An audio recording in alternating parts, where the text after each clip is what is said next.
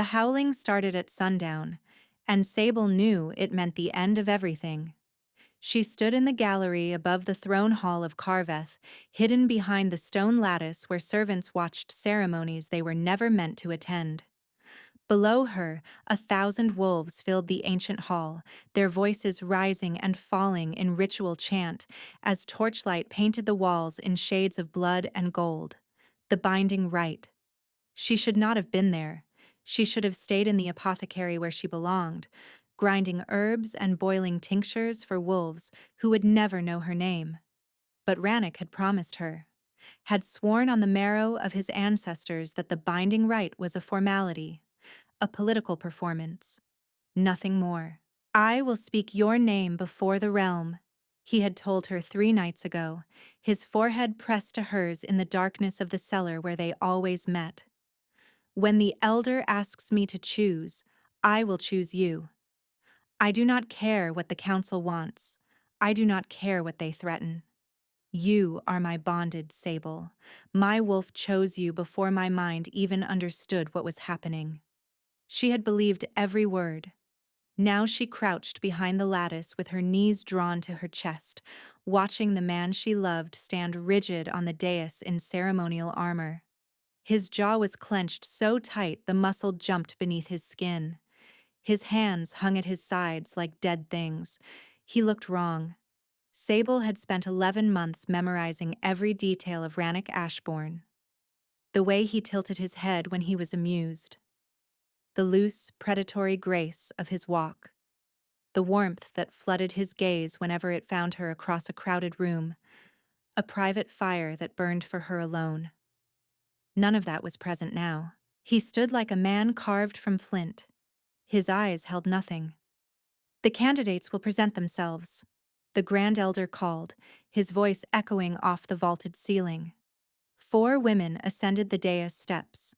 Each wore the white ceremonial gown of a binding candidate, each one the daughter of a bloodline older than the fortress itself.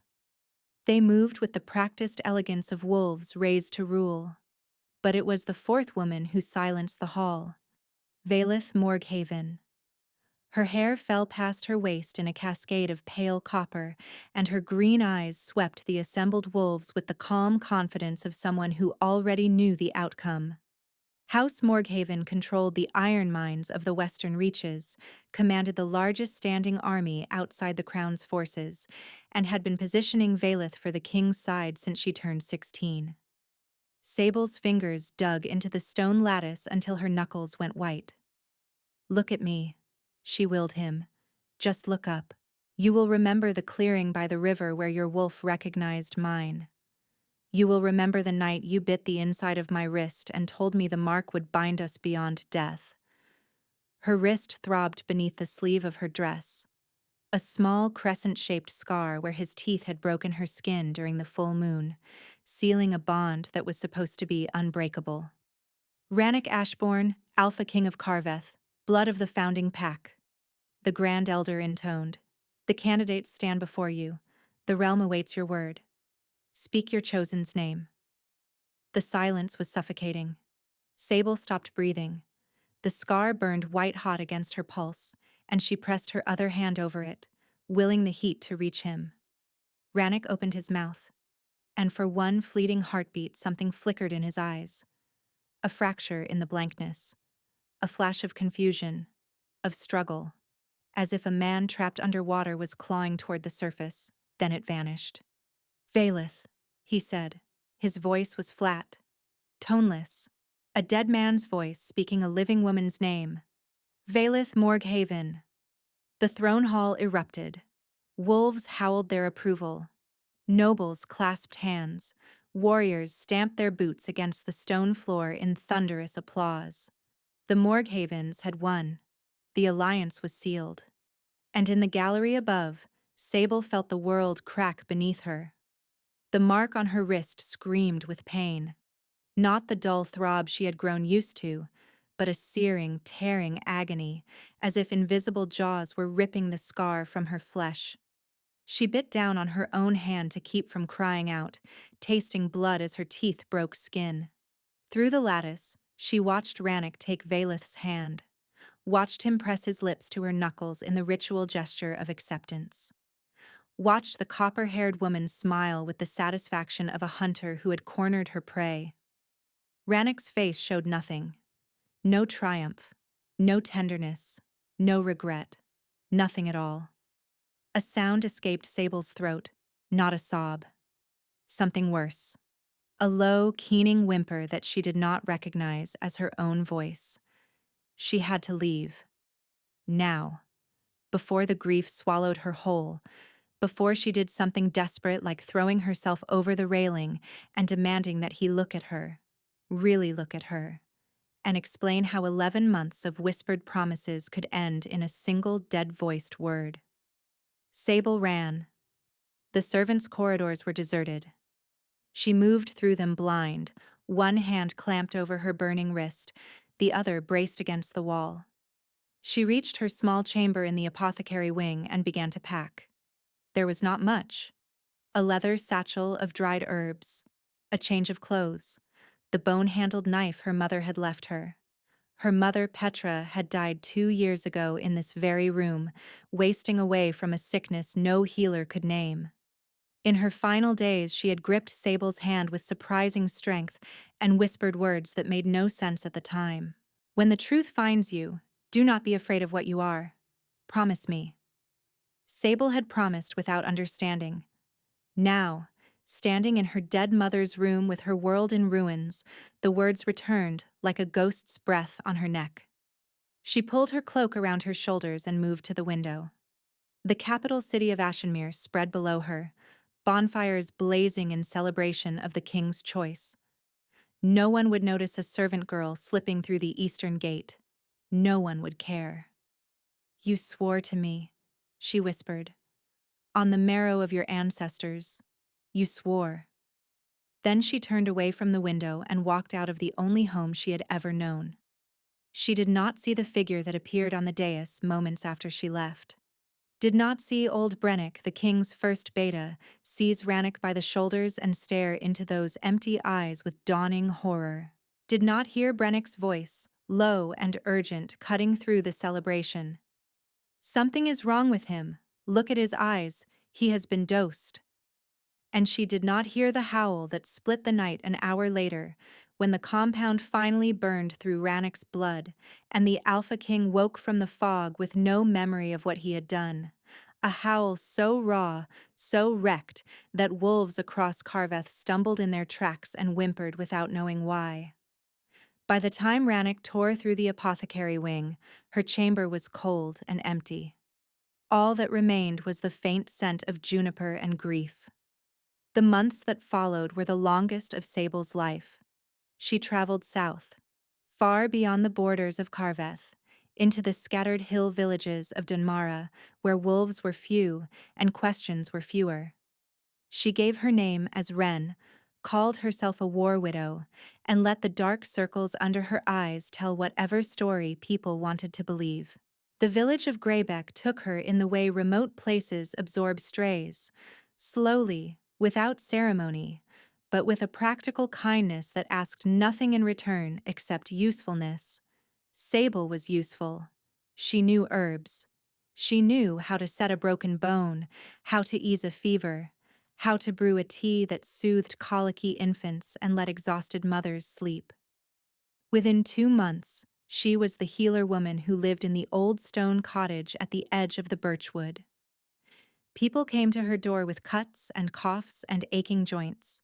She treated them, accepted whatever payment they could offer, and retreated behind her walls before anyone could get close enough to ask the questions she could not answer. The mark on her wrist refused to fade. That was the detail that haunted her most. Among wolf-kind, a rejected bond dissolved within weeks. The scar would pale, then vanish, leaving only smooth skin and the bitter knowledge of what had been lost. But hers had not paled.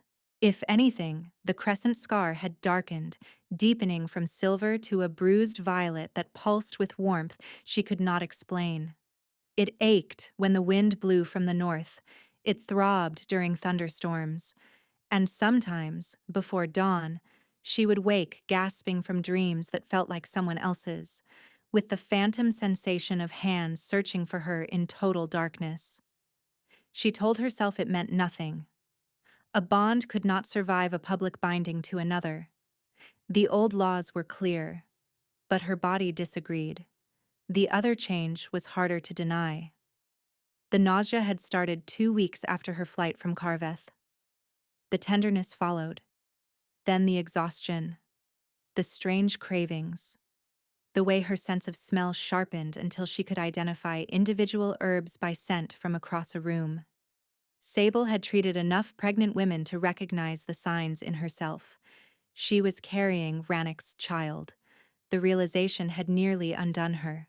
She had knelt on the floor of her cottage and pressed both hands to her flat stomach, and wept until she had nothing left.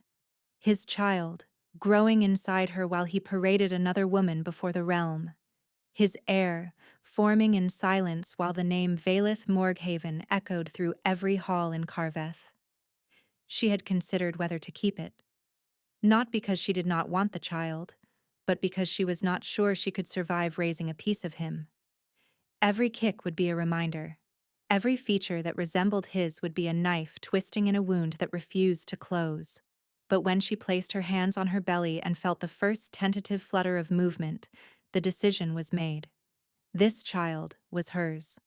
Whatever Rannick had done, whatever he had chosen, this life belonged to her, and she would protect it with everything she had. Now, deep into her exile, Sable sat at the desk that had arrived 2 weeks ago from Carveth, not from Rannick, from the estate executor who had handled her mother's affairs. Petra's personal effects, finally released from storage, a trunk of old clothes, a box of correspondence, and the writing desk itself, a scarred oak piece that Sable remembered from childhood. She had been putting off sorting through it. Every object carried the weight of memory, and memory was a luxury she could not afford when survival demanded all her attention. But tonight, the baby was restless. Sleep was impossible. And the desk sat in the corner of her cottage like an accusation, reminding her that her mother had been dead for 2 years and her belongings still lay untouched. Sable lit a candle and began to work. The drawers held nothing remarkable. Old receipts, a dried sprig of lavender, a letter from a healer in the southern provinces discussing a remedy for joint pain. Sable sorted through them mechanically, setting aside anything useful and discarding the rest. It was the bottom drawer that resisted. Sable tugged it, expecting warped wood. But the drawer was not stuck. It was shorter than the others, deliberately shorter, leaving a gap between its back panel and the rear of the desk. A hidden compartment. She reached into the gap and felt her fingers close around something flat and stiff. Paper, sealed with wax. The seal was old, cracked with age, but she could still make out the impression pressed into the dark wax. A crown above a wolf's jaw. The royal seal of Carveth. She broke the seal and unfolded the letter. The handwriting was not her mother's. It was precise, formal, the script of someone trained in court correspondence. She read it once, then again, then a third time, because the words refused to assemble into anything that made sense. The letter was addressed to Petra Voss, dated 23 years ago, the year of Sable's birth, and signed by Aldrich Ashbourne, Rannick's father, the previous Alpha King. The contents were brief, but each sentence landed like a hammer blow. Petra, the child has been born healthy. As we agreed, she will bear your family name and be raised outside the bloodline. No record of her true parentage will exist within the royal archives. You have my gratitude and my silence. For the child's safety, and for the stability of the crown, this matter must remain buried. If the council ever learned that a second heir existed outside the sanctioned bloodline, neither you nor the child would survive the political fallout. Burn this letter. A second heir, outside the sanctioned bloodline. Her mother had not burned the letter. She had hidden it in a desk and carried the secret to her grave. Sable pressed her hand to her mouth. The cottage seemed to tilt around her, the walls contracting and expanding with each ragged breath. She was not a nobody. She was not a nameless servant's daughter who had stumbled into the king's bed by accident. She was Ashbourne, not Rannoch's sibling. The dates did not work. Aldrich had taken multiple consorts before his sanctioned mate produced Rannoch. This letter predated Rannoch's birth by 3 years. Sable was the daughter of a previous consort, hidden away to prevent a succession crisis. The elder heir the crown had buried to keep the bloodline clean, which meant the bond between her and Rannoch was not a mistake.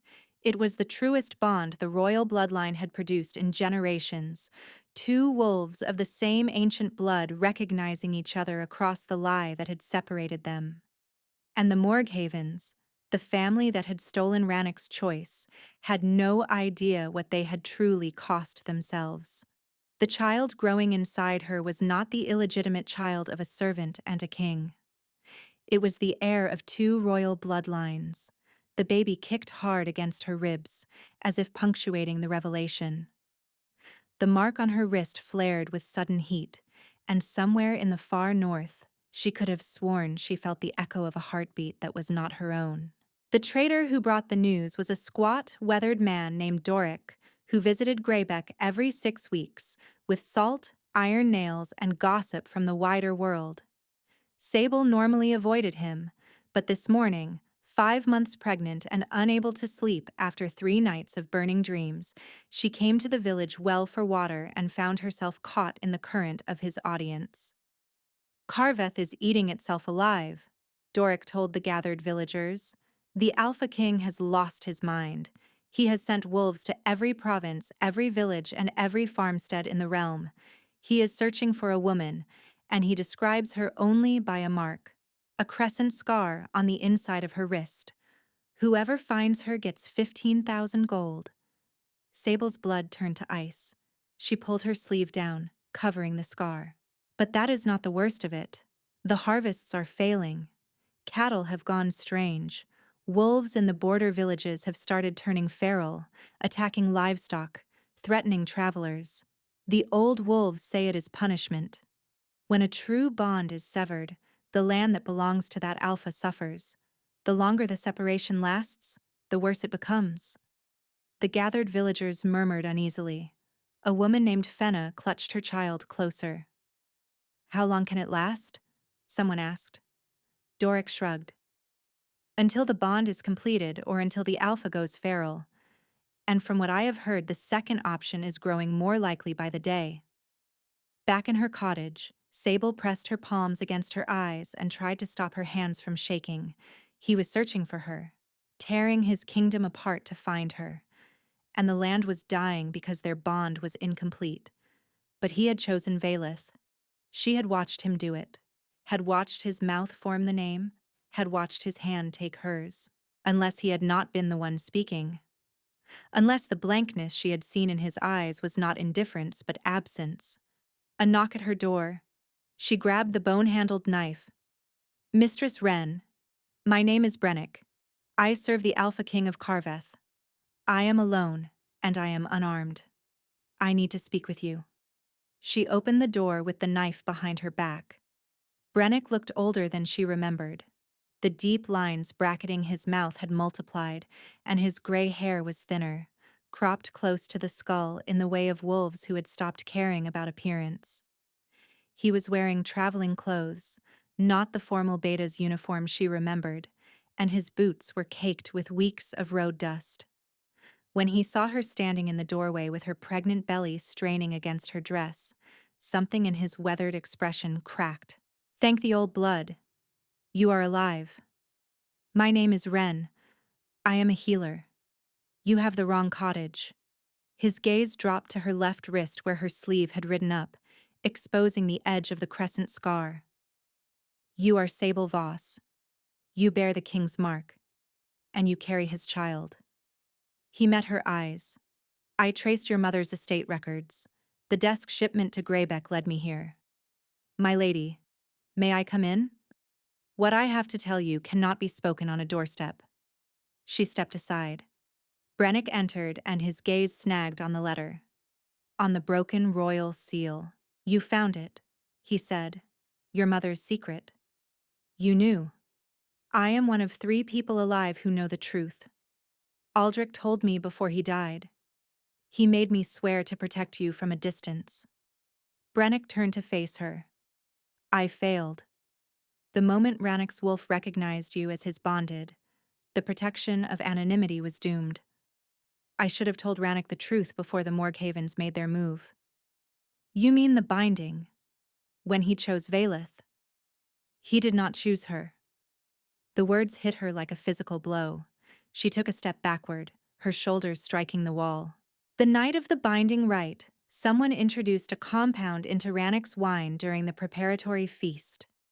Our healers have since identified wolfsbane cut with stonecap root, a combination that suppresses the wolf consciousness entirely and leaves the human mind in a suggestible stupor. He was not choosing Valeth. He was not choosing anything. He was a puppet with someone else's hand inside him. Sable's legs gave out. She slid down the wall until she was sitting on the floor, the knife clattering from nerveless fingers. That is not possible, she whispered. I saw his face. There was nothing there. No struggle, no resistance. Because there was no one home to struggle. His wolf was chemically buried. His conscious mind was suppressed to the point where he could follow simple verbal commands but nothing more. Walk forward. Speak the name. Take the hand. Brennick's voice was controlled, but she could hear the fury beneath it. Someone coached him through every step of that ceremony like a trained animal. The image was obscene. Rannick, the most powerful wolf she had ever known, reduced to a marionette on a poisoner's strings. Who? Sable demanded. We believe House Morghaven arranged it, though we have not yet found the individual who administered the compound. Brennick withdrew a folded paper. But there is more. This was intercepted 3 weeks ago, a Morghaven courier heading south. The message was partially decoded. The hidden bloodline has been located in the southern hill country. Dispatch has been arranged. The heir she carries cannot be allowed to reach term. House Morghaven's claim to the throne must remain unchallenged. Sable's hand moved to her belly. They knew about her parentage, knew about the baby, and they had sent someone to kill her. Rannick is coming for you, Brennick said. The bond is pulling him south. Every day his control slips further. An alpha separated from his bonded this long, with the bond incomplete. His wolf is fighting for permanent dominance. If the bond is not completed, he will go feral. I cannot go back to Carveth. The Morghavens control the western armies. Valeth has been named his bound. If I walk into that court, I am dead. Which is why I have not told Rannick your exact location. If I can bring you to him on neutral ground, with enough loyal guard to ensure your safety. A sound from outside cut him off. Low, guttural. The rumble of a growl that came from many throats at once. Brennick was on his feet instantly, moving to the window. His face changed. 7. Dark-furred. Morghaven colors. They have surrounded the cottage. The scar on Sable's wrist erupted with heat so intense she gasped. And somewhere to the north, still miles away but closing fast, a howl tore through the evening sky. The hunters had arrived, and the hunted was running out of time. The first wolf hit the door before Sable could stand. The wood splintered inward. Brennick shoved her behind the desk, drew his short sword, and met the lunging wolf with a slash that opened a red line across its muzzle. 2 more pushed through the ruined doorway, soldiers in animal form flanking him, while a 4th circled toward the shattered window. A wolf clamped its jaws around Brennick's forearm with a wet crunch. He transferred the sword to his damaged hand, grabbed the wolf by the scruff, and hurled it into the wall. But more were coming through the window. He was one aging beta against 7 trained killers, and his movements were slowing. Sable looked at her hands. She had spent her life hiding what they could do. Her mother had made her swear never to reveal it. Healing magic in someone of common blood was dangerous enough. In someone secretly of royal blood, It would be a death sentence, but she was already marked for death. The secret her mother had died to protect was already exposed. She pressed her palms together and let the thing she had kept caged since childhood open its eyes. The warmth started in her chest, not the gentle heat of her healing work with herbs. Something older. It rose through her like dawn breaking underground, and when it reached her hands, light spilled between her fingers. Golden, fierce, alive. She walked toward Brennick, knelt, and pressed her glowing hands to the ragged wound on his forearm. Torn muscle knitted beneath her palms. Cracked bone fused. The wound closed, leaving only a raised pink line. A wolf lunged. Sable raised her hand, palm outward, and the radiance exploded from her in a concussive wave. 3 wolves were hurled backward through the doorway, their fur smoking. 2 bolted into the birchwood. The third dragged itself away with a broken whimper. But 4 remained, and they were not running. The largest, a scarred brute with a torn ear, snarled low in its throat. It had measured her power and decided she was spent. It was right. The healing and the blast had drained her. Her vision swam. Her hands trembled. Sable backed against the wall. Her hand moved to cover the child. The baby was moving frantically inside her. The scarred wolf coiled to spring. And then the sky split open. A howl that belonged to no category she knew. It was fury and grief and madness compressed into a single note so vast it seemed to crack the air itself. The trees at the edge of the birchwood bent as if struck by a gale. The Morghaven wolves stopped dead, their aggression dissolving into something Sable had never seen in a trained werewolf. Terror. The scarred wolf turned toward the tree line, its ears pinned flat, and ran. The others scattered into the darkness. Something enormous crashed through the undergrowth, snapping birch trunks like matchsticks. A shape burst from the tree line. This wolf was something past the boundaries of what a normal shift produced. It stood taller than any horse, its fur black as a void between stars, its eyes burning with an amber light that matched the fading glow in her own hands. Muscle rolled beneath its pelt like tectonic plates shifting. The wolf stopped at the edge of the clearing. Those burning eyes found her. For a terrible moment, Sable was not sure the man she knew was still inside that creature. This was a wolf on the edge of feral, an alpha whose bond madness had pushed him to the border of the abyss. The wolf took a step toward her, then another. Each footfall deliberate, careful, as if it was fighting its own body for control. It reached her, and lowered its massive head until its nose brushed her belly. The baby kicked, both sides at once, 2 distinct impacts, as if 2 small bodies were reaching for their father through the wall of flesh that separated them. The wolf made a sound, not a growl, not a whimper. Something between the two, a broken note that held more emotion than any human word could carry. Those eyes lifted to her face, and Sable saw him, not the animal. Not the alpha on the edge of madness. Him, Rannick, the man who had pressed his forehead to hers in a dark cellar and promised her the world. He was still in there, trapped behind the wolf's fury, fighting to stay human for her. "I see you," Sable whispered. "I see you, Rannick. Come back." The shift was violent. Bones cracked and reformed. Fur receded in ragged patches. The massive wolf collapsed inward on itself until a man knelt in the dirt before her, naked and shaking, his hands hovering over her stomach as though he was terrified to touch her. He looked up. The Alpha King of Carveth was weeping. Not silently. Not with the restrained dignity of a ruler managing his emotions. He was weeping the way a man weeps when he has been hollowed out by months of anguish, and the thing he thought he had lost forever is standing in front of him, alive and whole, and carrying his children. "You are here," he said. His voice was destroyed, raw. "You are real. Tell me you are real." Sable reached down and took his face in her hands. I am real. A sound tore from Rannoch's chest. He pressed his head to her belly and wrapped his arms around her, and held on with a grip that made her bones ache. Beneath her hands, his entire body shook. The baby kicked again. Both sides. Two lives reaching for their father. Twins, Sable said softly. I think there are two of them.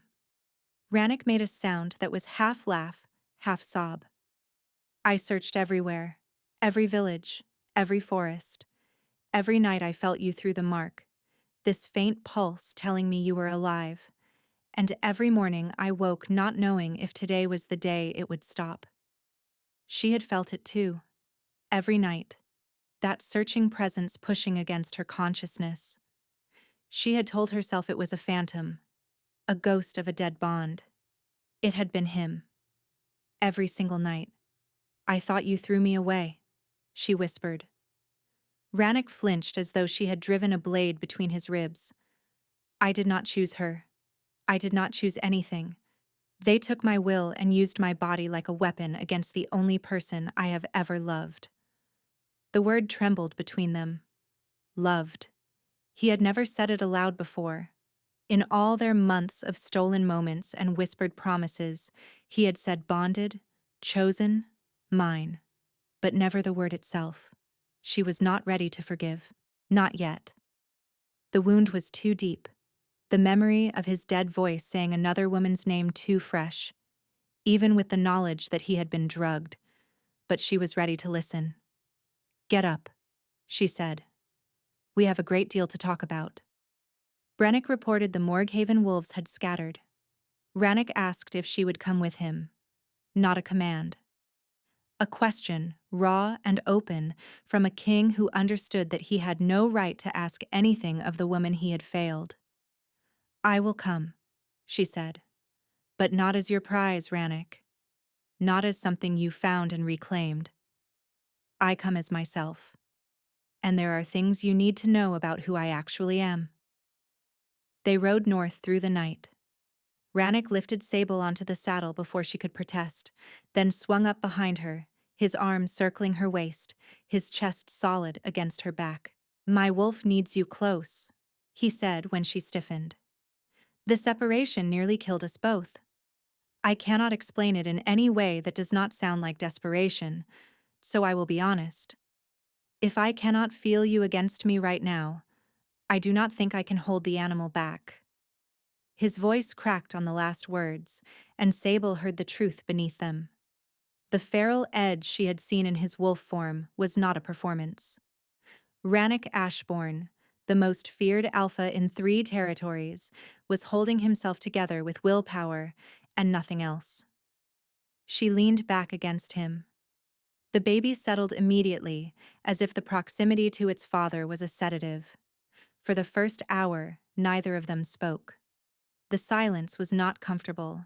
It was loaded, pressurized, a dam holding back months of grief and rage and questions that needed answers. Sable broke it first. You want to know why I ran without telling you about the child.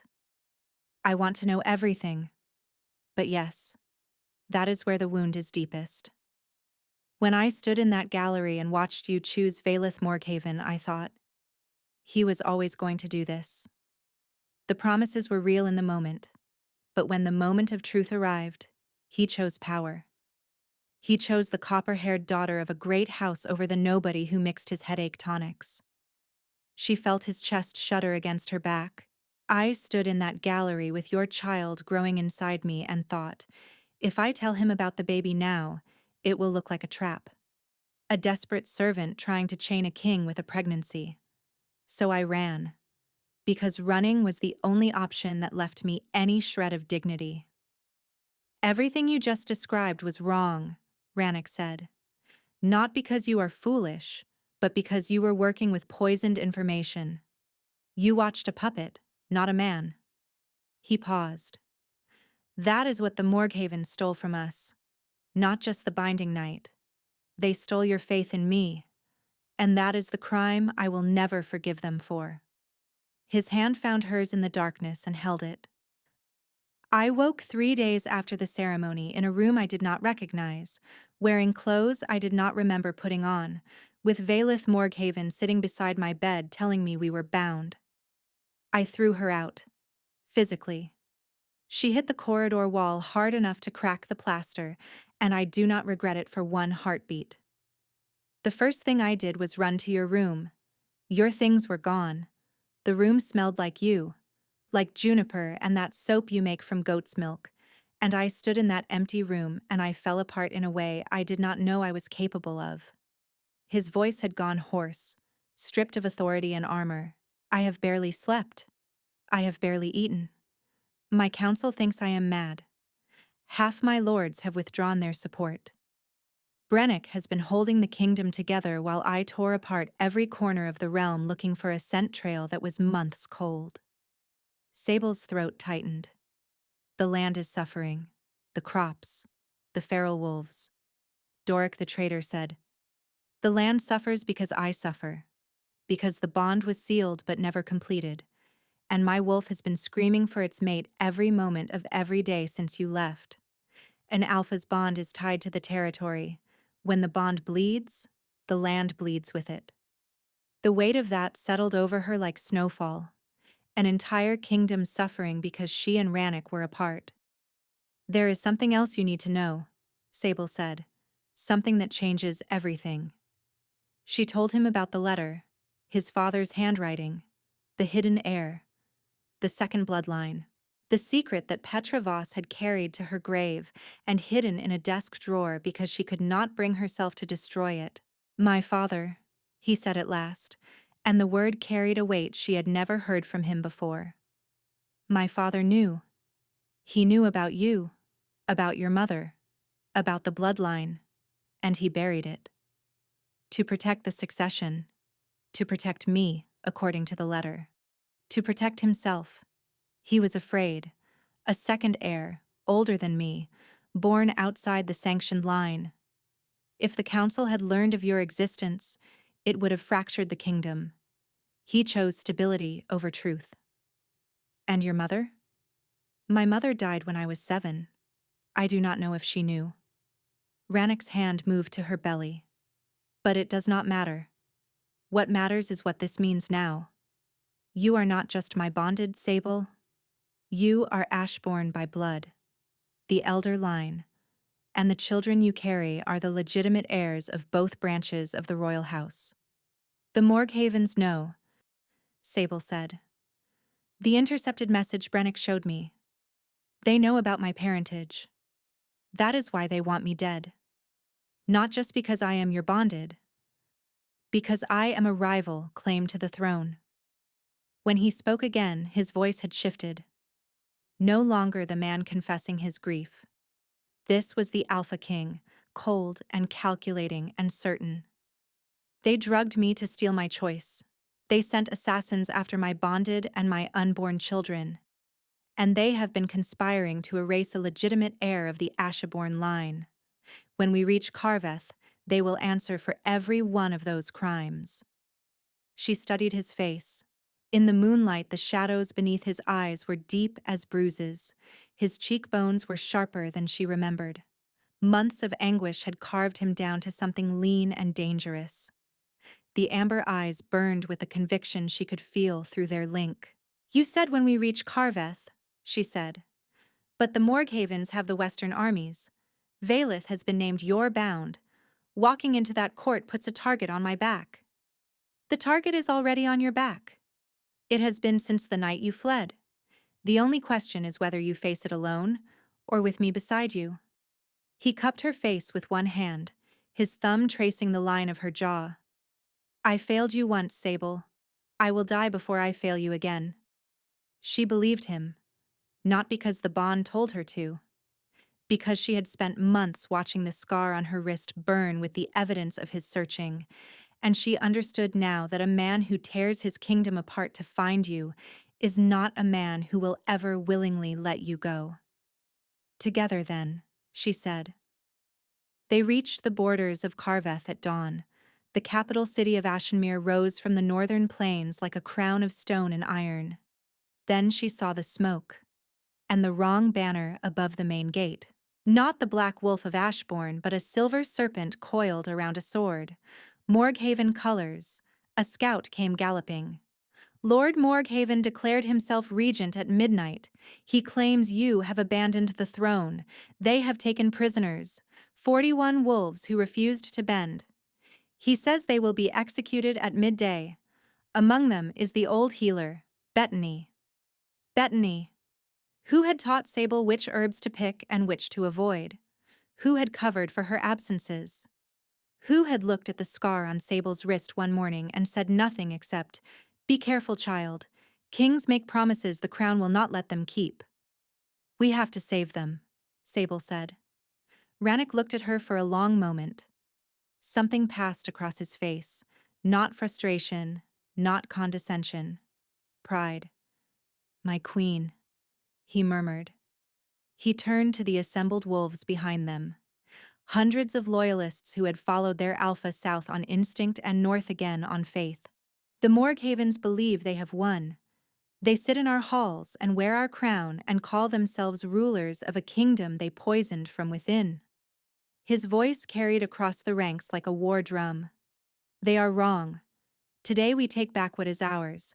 Today we show every wolf in Carveth what happens to traitors who threaten our king, our true queen, and the heirs she carries."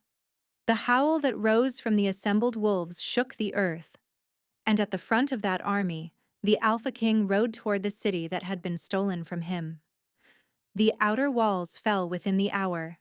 Rannoch's forces hit the western postern gate with a ferocity the Morghavens had not anticipated, overwhelming the defenders before they could organize a coherent response. Sable watched from a fortified position on the eastern ridge as Rannoch led the charge in wolf form. She could feel his fury through their link, a white-hot current that scorched through her veins. Within 2 hours, the castle gates were breached, but a runner brought news that turned the victory to ash. Lord Morghaven had sealed himself in the throne hall with the prisoners. If the king did not surrender, he would execute every hostage, one every quarter hour, starting with the old healer. Sable found Rannoch at the throne hall doors, held back by Brennick and 4 wolves blocking his path. "If you go in there, you give him exactly what he wants," Brennick was saying. "He will force a surrender and have you executed. And if I do nothing, 41 innocent wolves die." "Rannoch." He spun at her voice. His eyes were blazing, his wolf so close to the surface she could see dark fur shimmering beneath his skin. "Those people are there because of their loyalty to you and their kindness to me. I will not let them die while I stand out here doing nothing." She stepped closer. "Morghaven has 41 expendable hostages. What he truly needs is me, the hidden heir, the rival bloodline, the woman carrying the future of the Ashbourne line. I walk in and offer myself in exchange. He takes the trade." "No. It is not yours to let." She placed her hand on his chest. She felt his panic, his fury. She also felt the part of him that recognized she was right. "Trust me, the way I am trusting you." He did not stop her. She called through the throne hall doors. "Lord Morghaven, my name is Sable Voss, daughter of Petra Voss and Aldrich Ashbourne. I am the woman your family has been trying to kill. I am coming in alone." The throne hall held 41 prisoners kneeling in a line before the dais, hands bound with iron chains. On the throne sat Lord Corvin Morghaven, a lean man with silver-streaked hair and the cold eyes of someone who calculated the value of every living thing within his reach. Beside him stood Valeth. Sable found Bettany in the line. The old healer's face was bruised, one eye swollen shut. "Run, girl," Bettany rasped. "They will kill you." "Release the prisoners," Sable told Morghaven. "Take me instead." Morghaven weighed the value of expendable hostages against a pregnant woman who represented a rival bloodline and the key to controlling the current king. "The girl is right. She is worth more than every prisoner combined. Release the hostages. Secure the woman." The prisoners were cut free. The doors closed, and Sable was alone with the Morghavens. Iron shackles closed around her wrists. The metal pressed against her bond mark and sent a jolt of cold through her body. Iron dampened wolf magic. Morghaven knew what he was doing, but Sable's power was not wolf magic. She had never understood the distinction until this moment. The healing warmth that lived in her hands, the radiance that had scattered Morghaven wolves in her cottage. It did not come from the wolf inside her. It came from somewhere else. Somewhere older. A bloodline gift that predated the wolf curse entirely. The iron did nothing to suppress it. She held still. She kept her breathing even, her expression submissive, her body language radiating the defeated posture of a woman who knew she was trapped. And beneath the iron, she felt the warmth begin to build. Valeth descended the dais and stopped before her. You actually believed he chose you. A servant girl. A nobody mixing herbs. You thought a king would lower himself to bond with someone like you, when women like me have been bred for this our entire lives. He did choose me. Without drugs. Without his father's armies as a dowry. His wolf recognized mine, and your family had to poison him to override what nature itself had decided. Valeth's hand cracked across Sable's face. She tasted blood, but did not look away. Hit me again. It will not change what you already know. He will never be yours. Valeth grabbed a sword from the nearest soldier and raised it above her head. Then I will make sure he has nothing to come back to. The blade began its descent, and the baby moved. Not a kick. A detonation of energy that erupted from her womb and flooded every cell with a power so vast it blinded her. The iron shackles exploded. Fragments of metal shrieked across the hall. Valeth was hurled backward against the dais. Radiance poured from Sable in waves. And then the transformation began. Sable screamed, not from fear, from the sheer physical violence of what was happening inside her body. Every bone was breaking. Every muscle was tearing itself apart and reforming in configurations that should not have been possible. Her skin rippled as something pushed through from beneath. She was shifting. She had never shifted before. In 23 years, her mother had taught her to suppress the wolf, to keep the animal buried, to deny that part of herself in the name of survival. But the babies had other plans. The babies, the product of two Ashbourne bloodlines, reunited after a generation apart, carried a magic that would not be denied. They had felt the threat to their mother. They had felt the blade descending. And they had responded with the only defense they possessed. They had triggered the wolf. Sable's vision went white. She was aware of shouting, of bodies scrambling away from her, of Morghaven bellowing orders that no one was obeying. She was aware of the hall doors exploding inward as a massive black wolf burst through them with a roar that shook dust from the ceiling. Rannick. He was there. She could feel him through their link, a blazing sun of rage and terror and love, fighting his way toward her through a hall of panicking soldiers. The transformation completed in a burst of amber light so intense it left afterimages on the walls. Where a pregnant woman had knelt in chains, a wolf now stood. Her fur was white as bone, luminous, almost glowing in the dim hall. Her eyes burned amber shot through with veins of gold that pulsed with the rhythm of her heartbeat.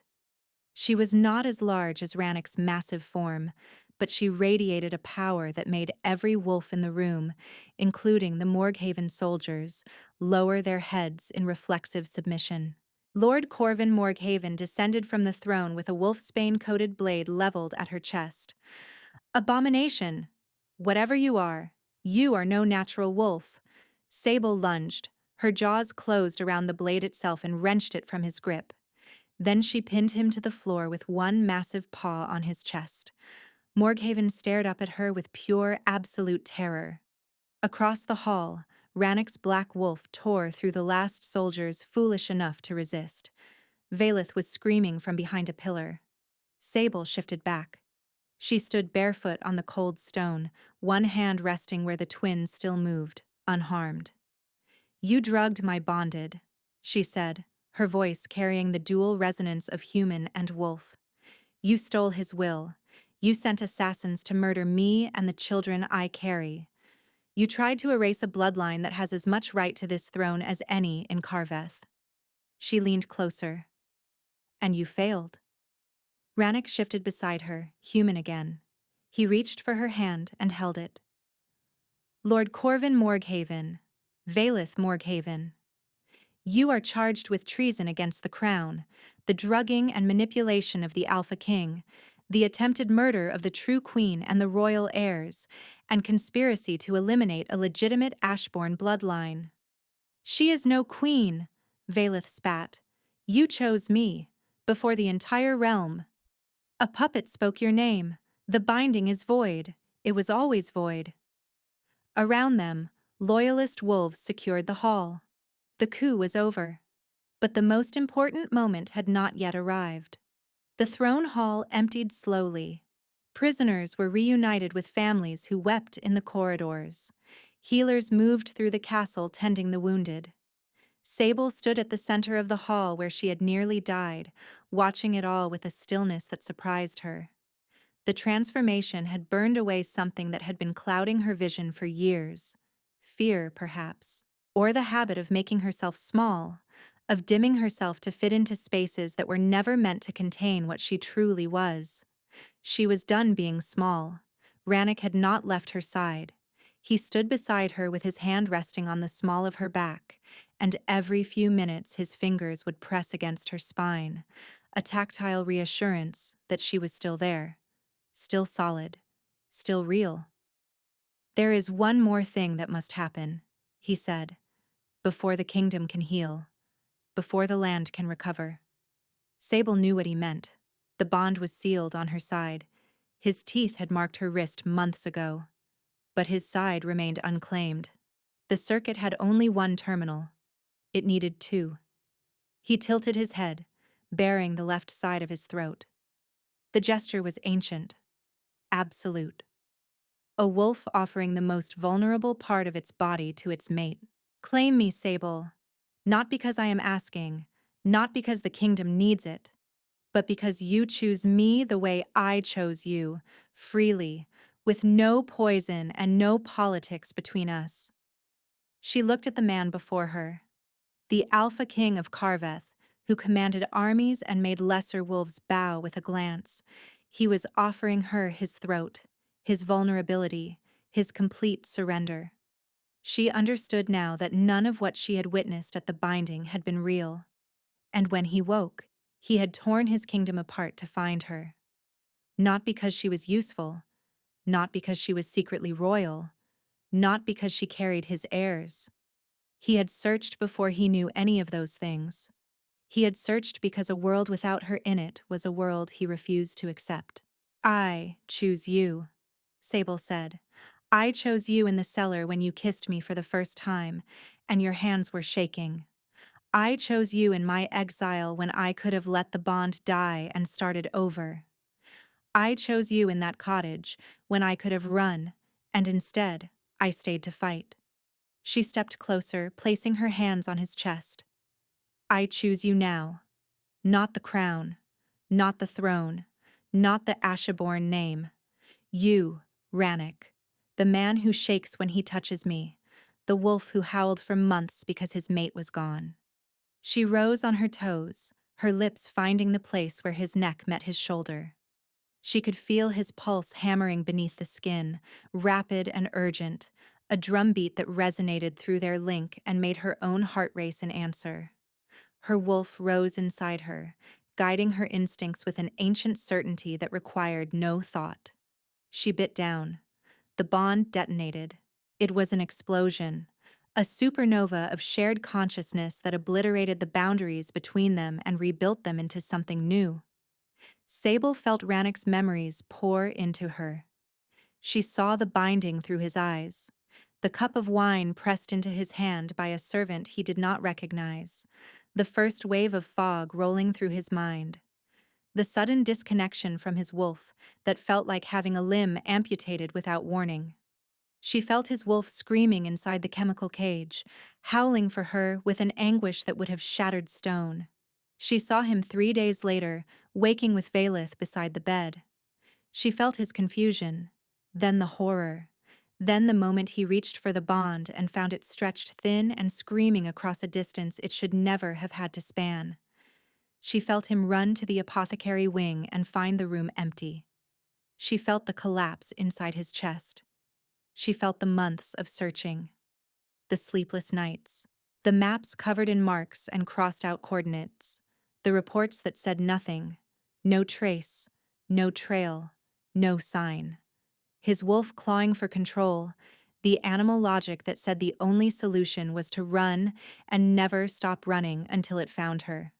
She felt the moment Brennick told him she had been located, the way his legs gave out, the way he sat on the floor of his war room and pressed his face into his hands and made a sound that was not a word, but carried more meaning than any language could hold. And she felt him riding south, feeling her mark burn on his wrist like a beacon, knowing she was close, terrified that when he arrived, she would be gone again or worse, that the Morghavens would have reached her first and the pulse he felt through their connection would simply stop. Sable was weeping. She could not help it. The weight of his suffering was immense, and she felt every ounce of it as if she had lived it herself. But the bond flowed both ways. Rannick saw himself through her eyes, not the king, not the alpha, the man in the cellar whose hands trembled when he touched her face, the man who brought her wildflowers picked on his morning patrols and tucked them into her apron without saying a word, the man who held her in the dark and whispered that she was the only thing in his life that felt real. He saw what the poisoned choice had done to her. The moment in the gallery when his puppet voice said Valeth's name, and something inside her shattered like glass dropped on stone. The flight through the servants' corridors, blind with tears, one hand clutching the mark that burned on her wrist. The long months in Greybeck where she lay awake feeling the phantom echo of his searching and telling herself it meant nothing. He felt the moment she discovered the letter, the way the ground shifted beneath her identity. The realization that she was not a nobody who had stumbled into a king's affection, but a woman whose very existence had been erased to preserve a political arrangement. And he felt, woven through all of it like a thread of gold through dark cloth, the love she had never stopped carrying, even in the worst of her exile, even when she believed he had abandoned her, even when she pressed her hands to her stomach and told herself the child would never know its father. The love had persisted, stubborn and fierce and irrational, burning in her chest like the scar on her wrist that refused to fade. Because true bonds do not break. They bend. They stretch across distances that should destroy them. They survive poison and betrayal and silence, but they do not break. I see you, he whispered. All of you. Everything you carried. Everything you survived. Sable, you are the most extraordinary soul I have ever known. She laughed through her tears. You are biased. I am bonded. There is a difference. He leaned his forehead against hers. And I am yours. In this life, and every life that follows. Around them, wolves had gathered in the doorways of the throne hall. They watched in silence as the warmth of the completed bond radiated outward from the two figures at the center of the hall. Then, one by one, they lifted their voices. The howl started low, a single voice near the main doors. Then another joined, and another, until the sound filled the hall and spilled through the windows into the streets of Ashenmere and beyond, carried across the rooftops and the forests, until wolves in the farthest reaches of Carveth raised their heads and added their voices to the chorus. A celebration, a declaration. The bond is complete. The king has found his mate. The world is right again. In the weeks that followed, Carveth began to heal. Crops that had withered began to green within days. Rain returned to regions that had suffered drought. Feral wolves blinked awake as if from a nightmare, confused but whole. Packs reformed. Territory disputes were settled without bloodshed. Lord Corvin Morghaven stood trial before the assembled Pax on the first day of the new moon. The charges were read aloud in the throne hall where he had briefly sat on a stolen throne: treason, the chemical manipulation of the Alpha King, conspiracy to murder the Queen and the royal heirs, and the systematic erasure of a legitimate Ashbourne bloodline. He offered no defense. The evidence was overwhelming. The Wolfsbane compound had been traced to a Morghaven apothecary. The intercepted courier message bore his personal cipher. 3 members of his own guard testified against him, describing a plan that had been years in the making. Morghaven was executed at dawn. His final words were a curse directed at Sable, silenced before he could finish. Valeth's fate was different. Sable argued against execution. Kill her and she becomes a martyr. Let her live, but strip her of everything: her name, her house, her wolf. Let the realm watch a Morghaven reduced to nothing. That is a punishment that teaches. Rannoch had studied her and smiled. The slow, genuine smile she remembered from the cellar, the one that made his hard face young again. You will be a formidable queen.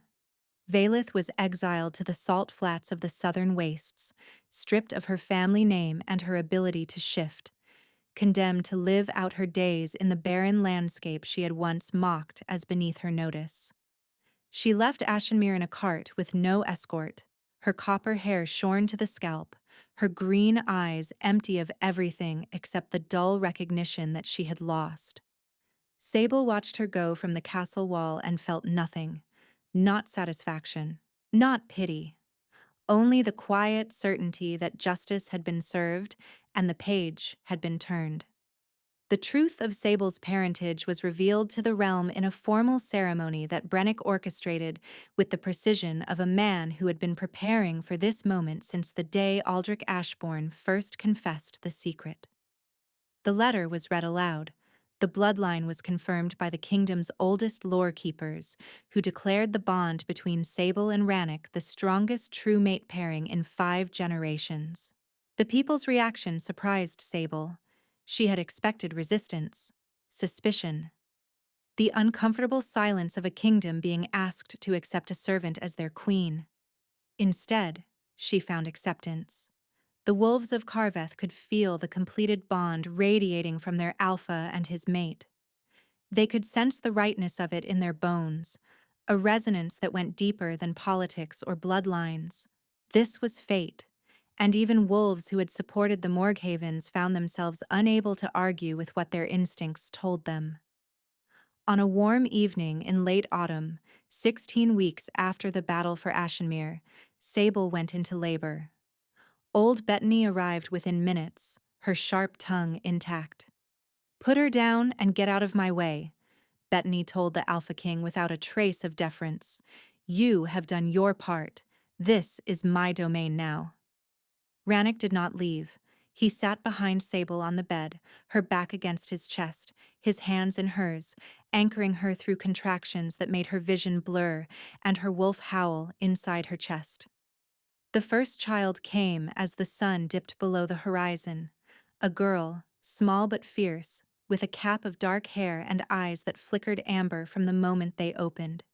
She announced herself with a cry so sharp that Brennick, standing guard outside the door, flinched and then laughed. The second arrived minutes later, a boy, quieter than his sister, with lighter coloring and his mother's delicate features. He did not cry. He opened his eyes, looked up at Sable's face, and reached for her with a tiny hand that glowed faintly at the fingertips. "A healer," Bettany breathed. "Blood and bone, the boy is already manifesting." Rannoch was trembling behind her, crying silently into her hair. "They are perfect," he whispered. She leaned back against him and let her own tears fall. Not from grief, not from pain. From a joy so vast her body did not know how to contain it. She had spent her whole life believing she was nobody, a servant's daughter, a healer with a gift she had to hide. She was not nobody. She had never been nobody. "What will we name them?" Rannoch asked. She looked at her daughter, dark-haired and fierce, already gripping her mother's finger with surprising strength. Then at her son, quiet and luminous. The girl is Petra. For my mother. Who gave up everything to keep me alive? And the boy? She thought about letters hidden in desks, about secrets carried to graves, about a man she had never met who had made a terrible choice for what he believed were the right reasons, and in doing so had set in motion a chain of events that nearly destroyed his own bloodline. Aldrich, she said, for your father, who was wrong about many things, but who loved his children enough to try to protect them, even if his methods were flawed. Rannick's arms tightened around her. Through their bond, she felt grief for the father who had failed them both, gratitude for the woman who could find forgiveness, and love, so deep it had no bottom, so wide it had no edges, filling every hollow space inside her. Petra and Aldrich Ashbourne, he said, heirs of two bloodlines, children of the truest bond this kingdom has seen in 5 generations. He kissed her then, slowly, deliberately. A kiss that was not about passion or urgency, but about permanence. A seal set upon something that would never be broken again. Outside their window, the wolves of Carveth raised their voices, a howl of celebration that rippled outward from the castle like rings on water, spreading across the capital, across the forests and mountains until the entire kingdom sang with one voice. Welcome, welcome, young wolves, welcome home. They had been torn apart by lies. They had found each other through truth. And they would never be separated again. Thank you so much for listening. I hope you enjoyed this story.